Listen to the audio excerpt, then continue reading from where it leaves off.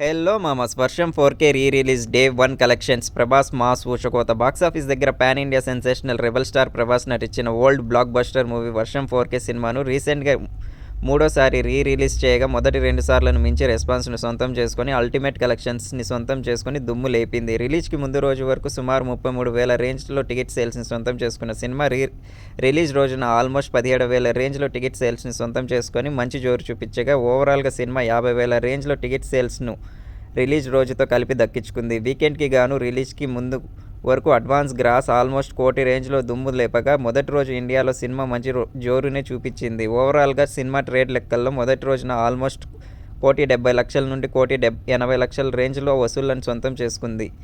అందులో మెజారిటీ వసూళ్లు నైజాం ఏరియా నుండి రాగా కోస్టల్ ఆంధ్రాలో కూడా మంచి ట్రెండ్ని చూపించింది. ఇక సినిమా ఫస్ట్ టైం రీ రిలీజ్లో 55 లక్షల రేంజ్ గ్రాస్ను అందుకోగా సెకండ్ టైం రీ రిలీజ్లో 20 లక్షల రేంజ్లో గ్రాస్ని అందుకుంది.